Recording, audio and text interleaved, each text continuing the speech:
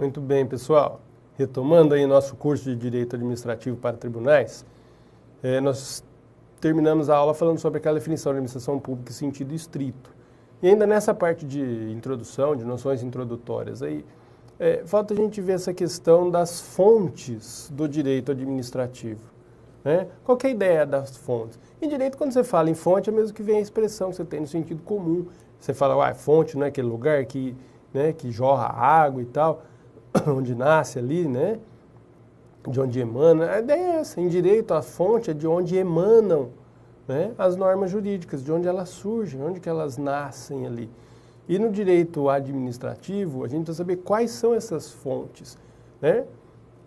A fonte principal é a lei, sem dúvida. É a chamada fonte primária aí até, né? A lei. Por que é a lei? Porque a lei, em tese, ela materializa o interesse público. É a lei que prevê, né? É a lei que prevê que aquilo que ela diz é interesse público. Mas como assim? Que, em tese, você elege os seus representantes no legislativo e aquilo que eles fazem representa formalmente a vontade da população. Por isso que é bom você escolher bem quem você vota. Né? Porque aí a lei, em sentido formal ali, ela representa o interesse da população. Não necessariamente a gente vê que não é sempre assim, mas essa é a ideia. E aí o que nós temos? Então a lei, ela é a fonte do direito administrativo, mas o primeiro ponto que tem que ver, que você vê que está escrito aí que é lei em sentido amplo. Lei em sentido amplo está querendo dizer o quê? Não é só a lei em sentido estrito ali, que é a chamada lei ordinária, lei complementar, não. Lei em sentido amplo abrange todos os atos emanados aí nessa função legislativa, a Constituição Federal, as Constituições estaduais, as leis orgânicas dos municípios, lei complementar, lei estadual, resolução do Congresso Nacional, né? Você vê assim, decreto legislativo. Então a ideia é o quê? É uma amplitude maior. E até assim, também tem que considerar que, eu vou falar melhor disso depois, mas nessa concepção de que princípio é norma, o princípio tem que ser, então, ele tem que ser enquadrado nessa noção de direito. Então, quando você é uma fonte do direito que pode ser encaixada nessa questão da lei. Outra fonte é a doutrina, são os estudos feitos pelos juristas, né? Extremamente importante em direito administrativo. A construção desses princípios que eu mencionei agora, a doutrina que fez em grande parte. Então, o estudo que a doutrina faz, ele foi incorporado ao direito administrativo. Então, não é porque não está na lei, não vê que tem certa coisa que vai valer. Estando na lei ou não estando. Mas, por exemplo, ele é um princípio que foi já incorporado, já era. Aquilo vai ser uma fonte de direito administrativo. Jurisprudência, né? Jurisprudência é costume, né, você definir o seguinte, que são as decisões reiteradas, repetidas, dadas pelos tribunais. Né? Quando o tribunal ele julgou um processo em primeira instância, né, na cidade ali, na vara, aí houve um recurso para o tribunal julga aquele recurso. Essas matérias se repetem, então o tribunal julga 1, 2, 10, 100, 1000, ele julga diversas vezes aquele mesmo assunto. Então ele passa a decidir repetidamente sobre aquele assunto. Os desembargadores, os ministros, eles firmam uma opinião e aí vão naquela opinião e aquelas mesmas questões são sempre decididas da mesma maneira. Não é? Essa é a ideia da jurisprudência. Porque você fala, qual que é a jurisprudência? Então você vai ver, a jurisprudência no STJ, o entendimento é o seguinte, e que é isso, como que eles vêm analisando aquele assunto.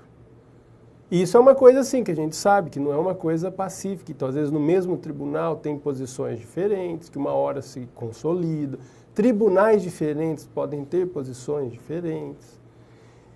E aí, de tanto julgar esses processos, eles acabam aprovando as chamadas súmulas, que é aqueles resuminhos, aqueles enunciados, que você vê, súmula número tal, faz isso, assim, assado, 2, 3, 4 linhas ali. Aquilo é o quê? Para dizer, ó, a gente já julgou tipo 10 mil vezes tal assunto, aqui está o resumo do que a gente entende desse assunto. Já é uma orientação mais direcionada e melhor para todos que atuam na área. Mas por que direcionamento? Porque essa é a ideia geral da jurisprudência, ela tem caráter de orientação, não é de amarração, de vinculação. A exceção, no caso da jurisprudência, são as súmulas vinculantes e as decisões proferidas em ação direta de inconstitucionalidade e ação direta de constitucionalidade, né? Nesses casos, o que nós temos aí? Que as decisões têm efeitos vinculantes, né? E especialmente a súmula vinculante, que hoje é bastante citada aí, ó, que se está numa súmula vinculante, está amarrado. Igual ele diz, está amarrado em nome da súmula, que isso quer dizer, não pode julgar de forma diferente aquela súmula.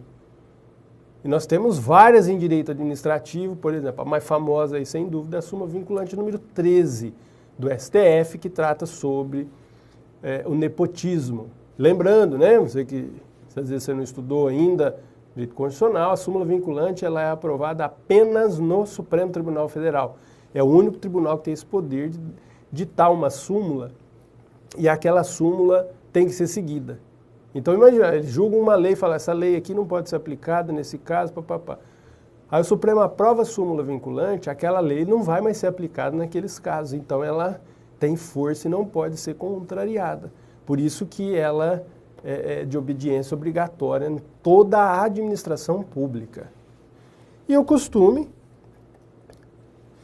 dizer aquela prática reiterada, né, de condutas administrativas.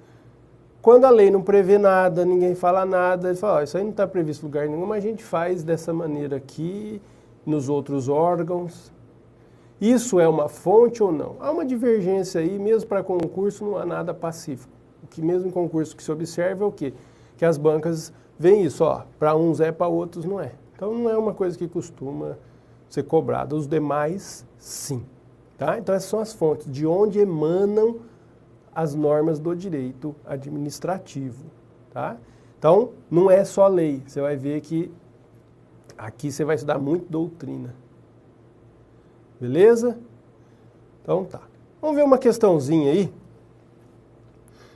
tratando desse tema aí, ó. Questão que caiu para analista judiciário no TRE Mato Grosso do Sul, feito pelo CESP. Em relação ao objeto e as fontes do direito administrativo, assinale a opção correta. O Poder Executivo exerce, além da função administrativa, a denominada função política de governo, como, por exemplo, a elaboração de políticas públicas, que também constituem objeto de direito administrativo. B. As decisões judiciais com efeitos vinculantes ou eficácia erga omnes são consideradas fontes secundárias de direito administrativo e não fontes principais. C. São exemplos de manifestação do princípio da especialidade, o exercício do poder de polícia e as chamadas cláusulas exorbitantes dos contratos administrativos. D. Decorrem do princípio da indisponibilidade do interesse público a necessidade de realizar concurso público para a admissão de pessoal permanente e as restrições impostas à alienação de bens públicos. E dizer o que o direito administrativo é um ramo de direito público significa o mesmo que dizer que seu objeto está restrito às relações jurídicas regidas pelo direito público. Muito bem, nós temos aí, você vê que a resposta correta é a resposta letra D de dado. Por quê? Considera que decorre da indisponibilidade do interesse público, nós vamos estudar esse princípio depois, mas que o interesse público é indisponível, tem que buscar sempre o interesse público, não pode se afastar dele. Decorre dele também a necessidade de fazer concurso público e restrição imposta à alienação de bem público. Assim, um imóvel público você não pode vender, o administrador não pode doar para quem ele quiser. A regra é assim, ele tem que ter uma lei autorizando para ele fazer. Porque a ideia é o quê? Que não é dele, é público, não é? Então não pode se afastar do interesse público. E essa questão do concurso público, diretamente, ela costuma mais ser ligada ao princípio da impessoalidade, mas não deixa de ser da indisponibilidade também. Por quê? Porque é interesse público. As demais estão erradas aí, especialmente que a gente viu. A letra A, está tudo certo, que o executivo faz a função administrativa, mas também tem a função dele de governo. Né? O presidente da República exerce, ele é o chefe de governo também. Por exemplo, política, mas constitui objeto, não é objeto. A função de governo não é objeto do direito administrativo. A B fala que decisão judicial com efeito vinculante, então aquelas em ação declaratória de inconstitucionalidade, ação declaratória de constitucionalidade e súmula vinculante, que elas são fontes secundárias. Na verdade, elas são consideradas fontes primárias, fontes principais, porque elas vão ser aplicadas mesmo contrariando leis existentes, né? Então, está errado aí. A C fala do poder de polícia, essa C não, nós vamos ver isso depois, mas na verdade decorre da supremacia do interesse público. E a E diz que o direito administrativo é um ramo do direito público e que então que ele está restrito à relação jurídica pelo direito público. Não, você vê que o direito administrativo, ele também ele tem uma ligação com o direito privado, então, especialmente porque ele tem dentro, a administração pública tem dentro dele pessoas de direito privado, são as empresas públicas, sociedade de economia mista. Então há uma relativa ligação entre os dois aí. Por isso que aí fica a resposta correta, letra D de dado. Beleza? Muito bem, então agora nós vamos falar de um assunto extremamente importante. Assunto que ou ele é cobrado diretamente nas provas, ou quando não o é, ele é usado indiretamente nos outros temas de direito administrativo, que é o chamado regime jurídico administrativo. Aí você já pensa, pô, senhor, regime, começo de ano, esquece, não é esse regime, né? Em direito, sempre você fala em regime jurídico, é o conjunto de normas que regulam determinado assunto. Regime jurídico do casamento. Então você vai ver o que o Código Civil, né? Onde que estão as normas que regulam o casamento. Então, regime jurídico administrativo, onde que está? Quais são as normas que regem o direito administrativo? A gente precisa estudar. Então, o regime jurídico da área civil, você estuda lá o Código Civil, a doutrina. Aqui nós vamos estudar o regime jurídico administrativo, né? Que é o quê? O conjunto de princípios que atribuem à administração pública, de um lado, prerrogativas e de outro, sujeições. Como assim, gente? Vou explicar isso melhor. A administração pública, você pode sintetizar a atividade que ela exerce assim em duas situações. Ela tem de um lado, a administração pública existe para quê? Para que eu tenho esse monte de órgãos públicos espalhados aí no Brasil? Esse monte de pessoas da administração pública. Para quê? Para buscar interesse público. É para isso que existe. Para isso que tem prefeitura, para isso que tem escola, para isso que tem polícia, né? Para isso que tem transporte coletivo. Isso tudo existe para quê? Para buscar interesse público. Tá bom? Para buscar o interesse público, a administração pública, ela quase sempre conflita com o interesse privado. Então, ela tem que fazer o interesse público ser buscado, ser alcançado. Para isso, então, a administração pública tem força.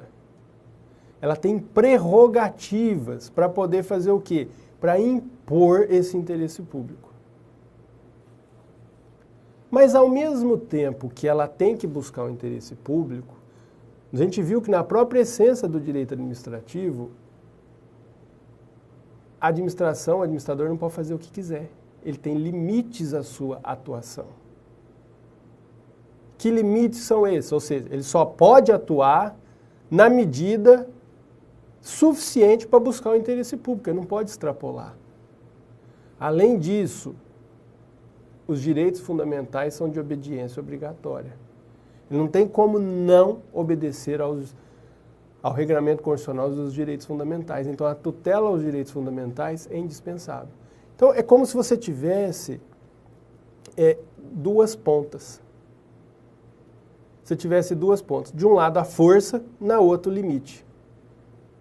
Né? Como se tivesse um carro que você tem, um acelerador, ó, que você pode pisar e vai em busca do interesse público. Mas você tem o freio ali, ó, tem esse freio aqui que você tem essas amarras. Você não pode ir, chegou nesse limite aqui, você pode frear, que você não pode ir além não. Então há um conjunto, como se fosse uma gangorra de prerrogativas de um lado e de sujeições do outro, tá? Prerrogativa de um lado, sujeições do outro. Você pega, você vê, então você marca aí, ó, você tem prerrogativas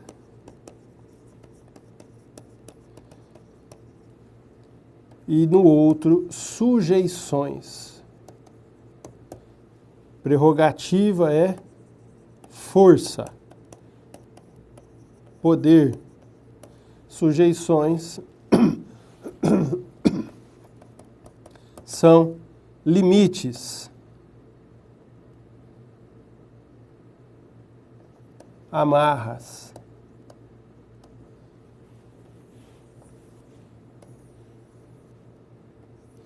Então são dois pontos, são dois polos. Por isso que se existe a expressão em direito administrativo da bipolaridade do direito administrativo, ou seja, dele ter esses dois polos, dele trabalhar com essas duas forças aí, ou binômio para outros autores. Então isso é importante você entender essa lógica. O direito administrativo existe, vai buscar o interesse público, vai, e vai fazer o necessário para isso, vai poder ter força para fazer isso. Então por isso que a administração pode ir lá, por exemplo, apreender mercadoria que está sendo vendida irregularmente na rua. Mas ela tem limites. Ela não faz o que quiser. Então ela vai obrigatoriamente respeitar os direitos fundamentais. Ela vai atuar só quando tiver interesse público. Isso é a essência, a alma desse regime jurídico administrativo. E disso, inclusive, desses dois polos, dessas duas prerrogativas,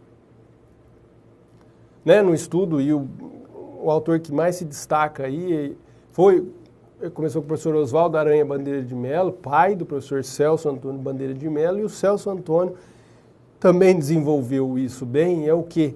Que esse regime jurídico administrativo, dessas prerrogativas e dessas sujeições, decorrem, né, elas são baseadas em dois princípios que seriam considerados as pilastras de sustentação do direito administrativo.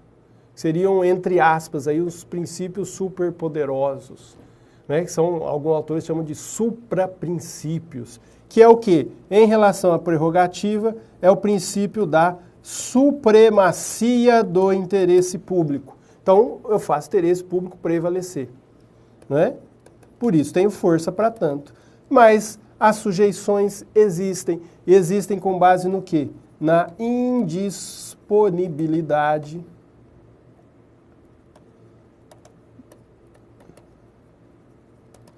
do interesse público, na indisponibilidade do interesse público. Então, para ele, né, nessa concepção teórica, desses dois polos, desses dois extremos, busca do interesse público, ao mesmo tempo tem limite isso, tutela de direitos fundamentais, e só para buscar o interesse público, tem os dois princípios mais relevantes, supremacia e indisponibilidade, né, para o professor Celso Antônio Bandeira de Mello. Esses limites, para alguns, também estão no princípio da legalidade, sem dúvida. Mas nessa concepção mais tradicional estão nesses dois. E os demais princípios da administração pública, que nós vamos estudar, eles são decorrência desses dois, né? E aí vem o seguinte, tá bom, mas e o que são princípios? Então você está vendo assim, ó, o regime jurídico é o conjunto de princípios que regula a administração pública. A gente já viu que a administração pública tem esses dois polos, e que dois princípios ganham destaque, a supremacia e a indisponibilidade do interesse público. Mas aí pergunta assim, o que é princípio? Pus uma definição teórica, que só para você ver, falar que você nunca viu, aí do professor Canutilho, português, que é o fundamento de regras jurídicas e tem uma idoneidade irradiante que lhes permite ligar ou cimentar objetivamente todo o sistema constitucional. Ou seja, que os princípios, eles são fundamento de regras jurídicas. Tá vendo só? Eles são fundamento de validade de regras jurídicas. Idoneidade irradiante. O princípio, eles são normas. E ele permite o quê? Ligar, cimentar todo o sistema constitucional. Ele amarra ele inteiro. Então a ideia, por isso que se diz até o professor Bonavides, né, do Ceará, que os princípios são a norma das normas, o penhor da constitucionalidade das regras de uma Constituição. Isso quer dizer o quê, gente? Quer dizer que princípio é norma. Né? Então, especialmente por força do estudo aí, do pós-positivismo jurídico, em que você não tem aqui no direito administrativo, você não vai usar aquela concepção que às vezes você estuda lá no direito privado, na omissão da lei, para suprir uma lacuna, eu posso pegar um princípio, né, geral de direito para tentar interpretar. Em direito administrativo, os princípios constitucionais da administração pública, eles são normas. O que quer dizer que são normas? Eles determinam um comportamento. O que quer dizer que determina comportamento? Na hora que você vai estudar direito administrativo, você toma cuidado. Se você souber bem os princípios, isso vai te ajudar muito, inclusive na prática. Por quê? Não adianta falar assim, mas isso é assim por quê? Porque está na lei e tal. Mas e está certo? Só porque está na lei está certo? A lei pode contrariar um princípio constitucional da administração pública. É? Pode. E se contrariar, ela é inconstitucional. Mas é o seguinte, básico, só para você entender rápido. A Constituição não fala que tem que ter concurso público? A regra que você presta para entrar nos cargos públicos, se não for cargo em comissão, você tem que prestar concurso. Poderia um município fazer uma lei e falar, não, aqui na minha cidade não precisa prestar concurso. Adianta? Não. Seria uma lei que ela ia afrontar o princípio da impessoalidade. Né? Poderia? Não poderia. Ou ainda a questão do nepotismo, nós vamos falar até mais ali, falar específico. Por quê? Até aproveito já agora. Eu não disse que o princípio é norma? Não estou falando isso agora? Então eles vinculam, os princípios vinculam diretamente à administração pública. Se vincula diretamente à administração pública, significa o quê? Eles amarram a conduta da administração, não dependem de lei. Quer dizer o seguinte, você não precisa de uma lei para explicar um princípio para ele poder ser aplicado. A Constituição não tem lá os princípios? Legalidade, impessoalidade, moralidade, publicidade, eficiência? Tem. Tá bom. Teve um caso, você vê aqui que está no julgado recurso extraordinário 579-951 do Supremo Tribunal Federal, que a discussão era a seguinte, que alguém te perguntar, você já ouviu falar no nepotismo? Nepotismo é aquela prática odiosa em que o quê? O administrador chega, ele abre as portas do guarda-roupa da administração pública e puxa os cabides, pendura todos os parentes nos cabides de emprego. Né? Tudo sem concurso. A parentaiada toda vai para a administração pública. Vai essa festa, né? Isso pode? Não. Se o parente dele prestar concurso, muito bem, for aprovado. Agora, sem concurso, a ideia é o quê? O administrador não pode se valer da posição que ele ocupa, servindo o interesse público, para buscar interesse privado, que é o que ele está fazendo quando ele está nomeando os parentes dele tudo. A administração pública tem que ser usada para buscar interesse público. Seria imoral, administrativamente, ele fazer isso. Então entende-se que o quê? Que o nepotismo, essa prática de nomear parentes para cargos em comissão, é uma prática vedada pelos alguns princípios constitucionais, especialmente o princípio da moralidade e da impessoalidade. E aí começou a se discutir, teve gente que discutia assim, mas tá bom, me mostra a lei que proíbe que eu não posso nomear parente. Não tem essa lei, gente.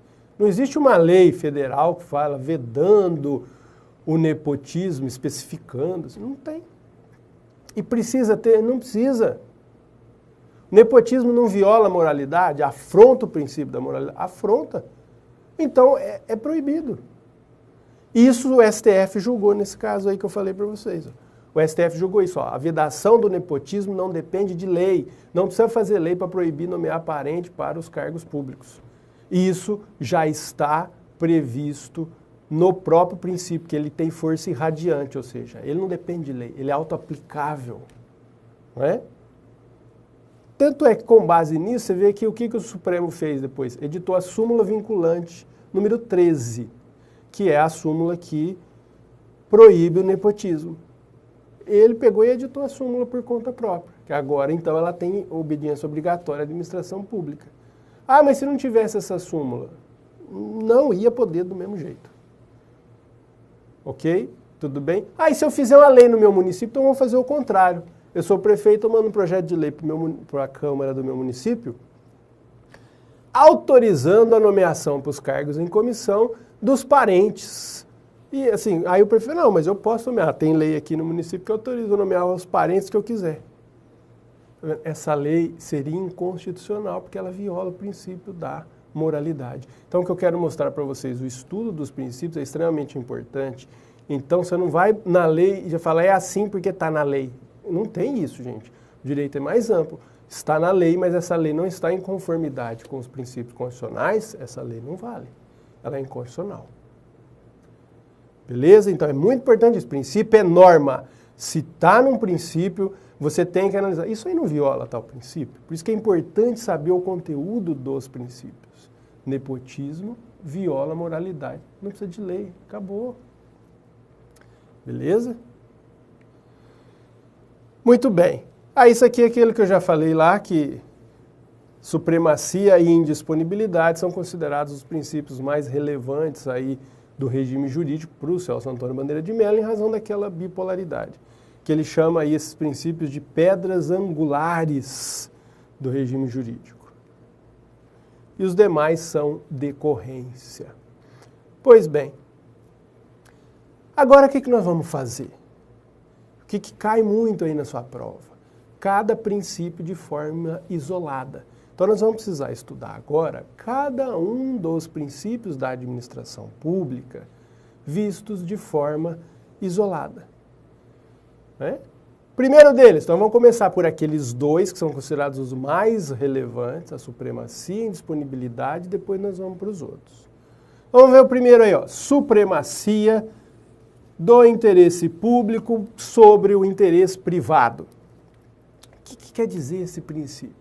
Por esse princípio, gente, o interesse público, em caso de conflito com o interesse privado, ele deve prevalecer. Então, se houver uma situação conflituosa entre interesse público e interesse privado, o interesse público prevalece. Só que aí eu te pergunto, o que é interesse público? Interesse público é o interesse do prefeito? É o interesse do município? Aí eu vou te ajudar para ver isso. A doutrina italiana faz uma distinção, e você vai ver que isso tem aplicação prática, e cai nas provas. Interesse público primário e interesse público secundário. O que é isso? Teve um processo, essa ADI 3583, a Ação Declaratória de Inconstitucionalidade, em que o STF enfrentou a situação do seguinte, que havia uma lei num determinado estado autorizando que só em licitações ali para o governo ali daquele estado, determinado segmento, acho que era na compra de carros, se não me engano, que as empresas só pudessem participar se que tivessem sede naquele estado. Ou seja, empresa de outro estado não poderia participar da licitação lá. E foi julgado inconstitucional, lógico. Mas por quê? Primeiro, porque velaria a questão do pacto federativo, criaria uma competição aí sem justificativa entre os estados. Mas também por quê? Pode até ser, de fato, interesse daquele estado que só participassem empresas que tivessem sede lá. Por quê? Ia gerar emprego, ia gerar renda para aquele estado. Tudo bem, mas o interesse público que está na Constituição é o quê?